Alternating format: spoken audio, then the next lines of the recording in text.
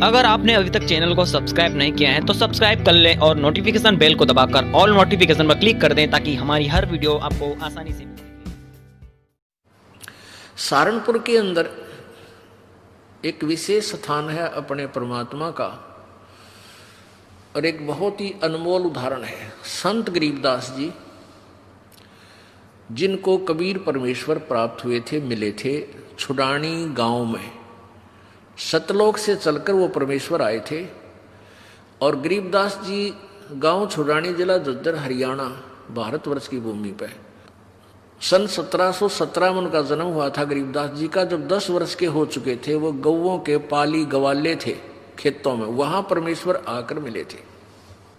उसके बाद परमात्मा ने उनको साक्षात्कार कराया और अपना सतलोक दिखाया, जहां परमेश्वर रहते हैं, जहां से हम बिछुड़कर आए हुए हैं। तो आगे चल के गरीबदास जी ने परमात्मा कबीर जी की महिमा कलम तोड़ आंखों देखा हाल पूरा लिखा हुआ है, जिसको ग्रंथ सदग्रंथ साहिब हम बोलते हैं, जिनका ये पाठ चल रहा था 3 दिन उस अमरवाणी का। तो गरीबदास जी द्वारा लिखवाई गई वो वाणी है। तो गरीबदास जी का एक शिष्य था।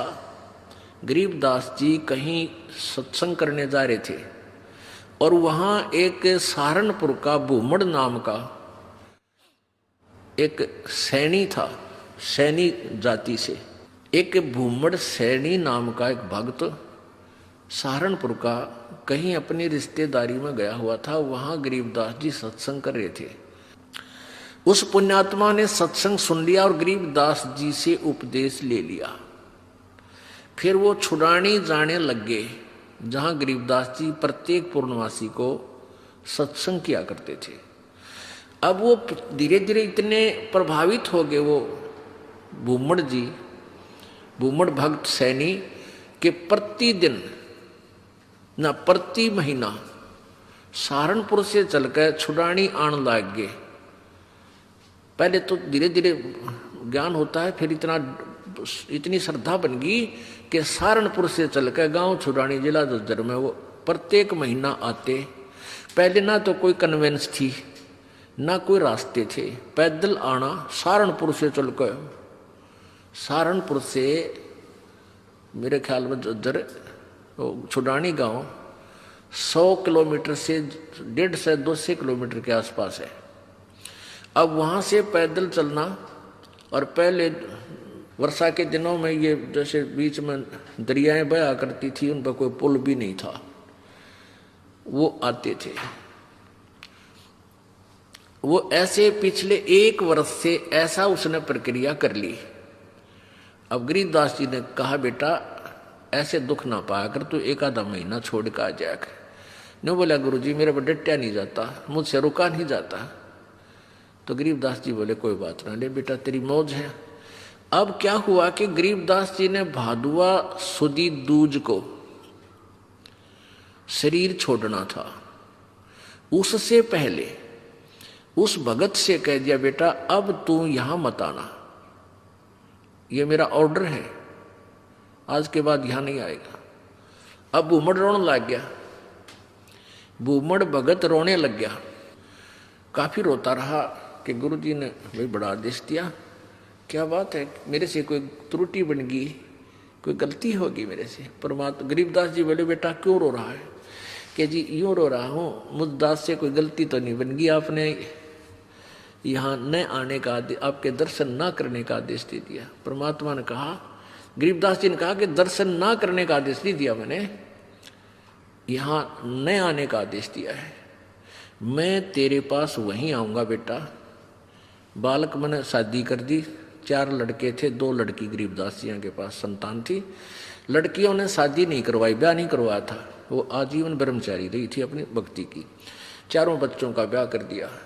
अब मैं फ्री हूं बेटा, वहां आऊंगा तेरे पास, और तेरा बाग है बताते हैं वहां। अच्छा कहाँ जी, आपकी दया है, आपकी कृपा से ही तो सब कुछ हो रहा है। तो भाई उस बाग में मेरी एक झोपड़ी डाल दिए बेटा, मैं भी अपना भजन करूंगा और तेरे को सेवा दर्शन हो जाएंगे।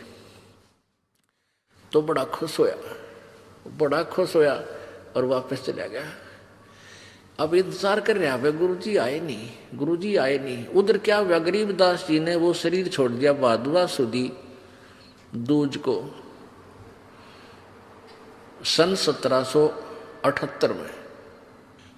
तो 6 महीने हो गए, भूमड़ वहां रोए रोए जैसे धर्मदास जी रोया करते तरफ में, और इतना बुरा हाल हो गया, हे भगवान क्या हो गया। और उधर से उसका बाग सूख गया, बाग कति सारे में कीड़ा लाग के कति सारा सूख गया।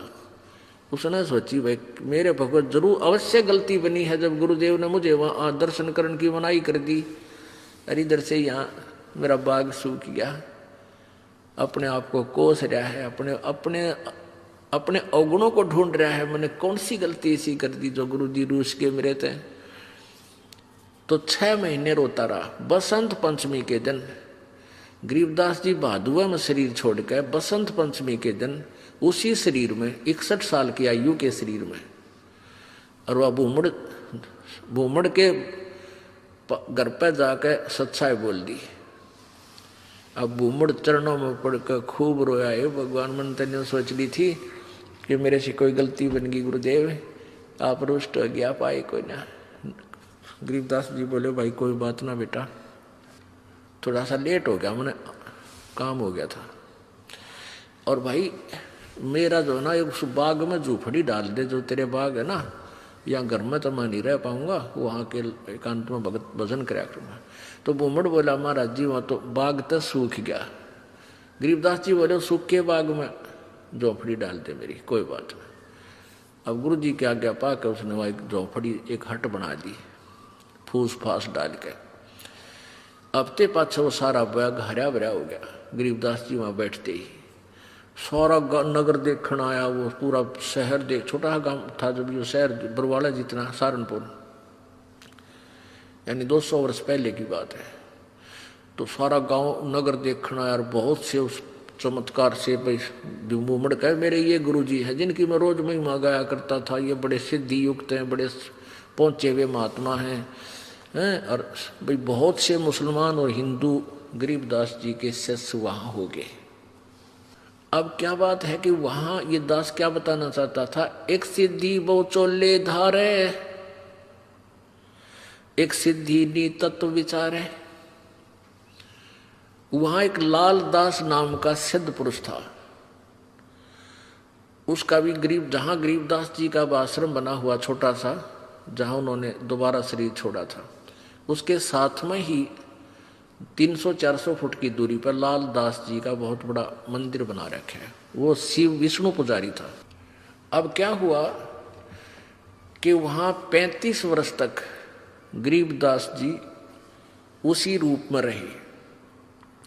हिंदू और मुसलमान दोनों ही गरीबदास जी के शिष्य बने, क्योंकि ये ज्ञान ही एकता उपजाने का है, उनका ऐसा ज्ञान है कबीर जी का। तो वहाँ शहर सहारनपुर शहर के अंदर एक आश्रम बना हुआ है, भूमड़ का पूरा घर था, वो उसका संतान नहीं थी। परमात्मा ने उसका कल्याण करना था, इसलिए उसको झंझट में फंसाया नहीं, तो उसने सारा ही अपना घर भी आश्रम के रूप में बना दिया था। आज भी वहाँ विद्यमान है। गरीबदास जी की परंपरा का एक आधा कोई भक्त वहाँ रह रहा है, ये दास देख के आया था। तो वहाँ 35 वर्ष की आयु के बाद शरीर छोड़ दिया, तो वहाँ उस बाग के अंदर ही उस शव को अंतिम संस्कार वहाँ दफना रखा है वो शरीर। तो अब क्या हुआ, जब शरीर छोड़ दिया गरीबदास जी ने, यानी शरीर त्याग दिया वहाँ पे, तो वहाँ काफी भक्त शेष हो गए थे। तो उन्होंने सोचा भी छुड़ानी वाले जो इनके वंशज हैं, गरीबदास जी के बच्चे हैं, संतान है, उनसे पता करके आओ कि महाराज जी के शरीर को यहाँ लावा या वहीं अंतिम संस्कार कर दे। 2 घोड़ों पर 2 व्यक्ति सहारनपुर से चले, छुड़ानी आए। तो उनसे कहा कि भाई ऐसे ऐसे गुरुजी ने शरीर त्याग दिया है, महाराज गरीबदास जी ने, यानी आपके दादा ने, दादा ने, पिताजी ने, जैसे भी उनके नेक थे, तो सहारनपुर में, और आप बताओ क्या करना है। उनको यहाँ कहो तो यहाँ लाएं कोई बैलगाड़ी में डाल के, और या ये कहो कि वही अंतिम संस्कार कर दें, तो वो आप साथ चलो हमारे, उनका अंतिम संस्कार कर देते हैं। गांव वाले कहते हैं भाई तुम क्या कहने लगे, वो उनके गरीबदास जी के वंशज यानी पोता पोती बेटा बेटी कहने लगे कि क्या कह रहे हो भगता आप? गरीबदास जी यानी गुरु महाराज तो 35 वर्ष पहले शरीर छोड़ दिया था और ये इनकी यादगार बना रखी। छुडानी में एक छतरी बना रखी है, छतरी साहब बोल रहे हैं उसको, जहां गरीबदास जी के शरीर का अंतिम संस्कार कराया था, वो एक यादगार बना रखी है। वो छोटी सी थी, अब तो बहुत बड़ा मंदिर गाड़ दिया इन्हें। एक छोटी सी थी, जैसे आम यादगार सी बना देते हैं, ज़्यादा से ज़्यादा 10 फुट 5-7 फुट की ऊंची और 10 बाई 10 फुट चौड़ी। वो आज भी नो की विद्यमान है, जो ओरिजिनल है। उसके बाद उसके ऊपर और कुछ बना दिया। तो सारे गवाही के दे, और वो नो के ना भाई महाराज जी तो वहां शरीर छोड़ रखा है सहारनपुर में।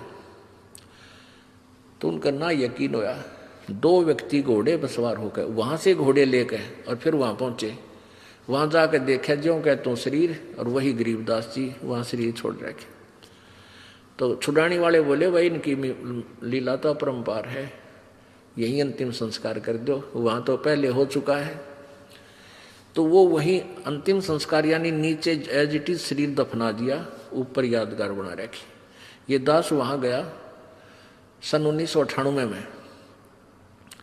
तो वहां देखा, यही बिल्कुल क्लियर देखने के लिए सच्चाई है या कैसा है, बिल्कुल सच्चाई पाई। और वहां विराजमान एक लेडी संत थी, उसने बताई कि जी ऐसे ऐसे सारी कहानी सत्य है। उनके समय का वहाँ एक पलंग भी है जिस पर गरीबदास जी विश्राम किया करते थे। वहाँ ग्रंथ साहब भी यही लिखा हुआ था, हस्तलिखित उनके पास विद्यमान है।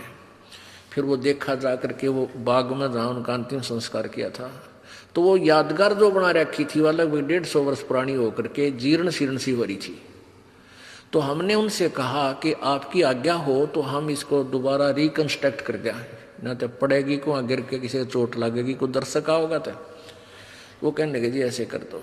फिर हमने क्या किया कि नीचे का पोर्शन नहीं छेड़ा, वो पुरानी छोटी छोटी ईंटों से बना हुआ था, उसके ऊपर की दोबारा से बढ़िया ईंटों से और एक अच्छा गुम्बद सा बना के वो तैयार किया। और उसके ऊपर पूरा एक बोर्ड लगा रखा है, पूरी कहानी लिखी हुई हमने कि ऐसे ऐसे ये हुआ था। अब कहने का भाव ये है दास का कि उन्हीं के साथ में एक लाल दास जी थे। तो उनके बारे में क्या प्रसिद्ध था कि वो अपने भक्तों के निकलता था तो मांगने जाता था आहार। एक कहता था मेरे पास हमारे घर भी आए थे लालदास जी, एक दूसरे शहर में कहता था यहाँ भी लालदास जी आए थे।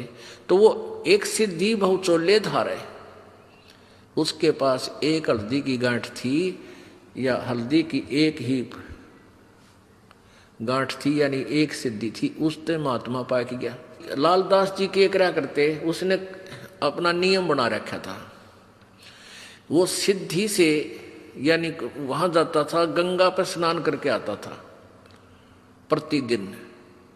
सुबह उठता और गंगा पर स्नान करने जाता था और शाम को वो वापस आ जाता था। अब सुबह 4 बजे चलता, शाम ने आता, ऐसे उसने अपना मनमुखी नियम बना रखा था। एक बार वो बीमार हो गया तो चिंतित हुआ। गरीबदास जी उनके पास जाते थे, उन्हें ज्ञान भी समझाते थे, पर वो अनाड़ी कति नहीं माना था। वो इतना बीमार हो गया कि उसको चिंता होगी कि भाई मैं अब स्नान नहीं कर सकूंगा गंगा में। तो गरीबदास जी उसको चिंतित देखकर कहने लगे भाई चिंता ना करे, सवेरे गंगा यहीं आ जाएगी तेरे आसपास ही। अब उसने चिंता होगी कि भाई कैसे आवेगी। गरीबदास जी ने वहां जाकर खड़ा होगा कि आजा लालदास। जहां लालदास जी का वो आश्रम है उससे 100 फुट की दूरी पर वो अब भी गंगा बह रही है, छोटी सी नाला सा है, उसको गंगा जैसा ही जल है उसमें। तो गरीबदास जी ने ऐसे इशारा कर दिया, थोड़ी सी दूरी से नीचे से अपने आप एक झरना सा फूटा और पानी बहने लग गया। अब लालदास जी सोचने लगे कि भाई क्या पता यो वही गंगा है या दूसरी।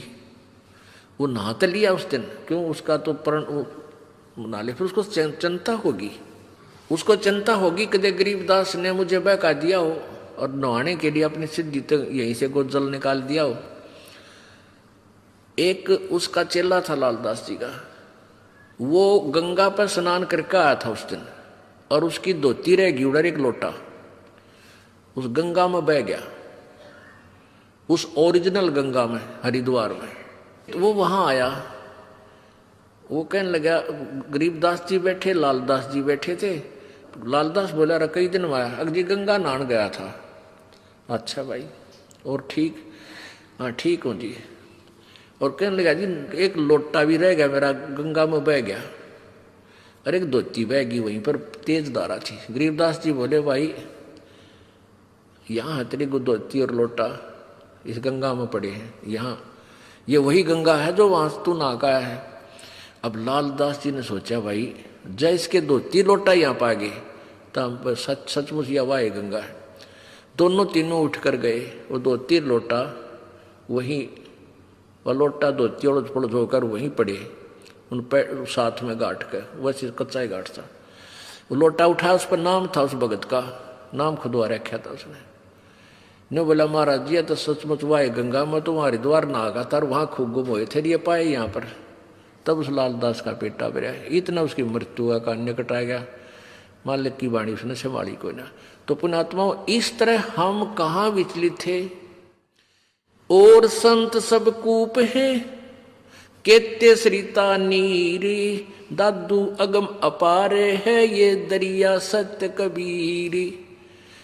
ईश्वरीय शक्ति से युक्त बहुत से संत आपको मिलेंगे। अब जैसे कुछ तो कुआ टाइप समझ लो, कुआ इतना ही काम कर सके, आपके पीने का काम चला दे, पानी का, पीने का, नथिंग, और फिर इसके उससे ज्यादा नहीं।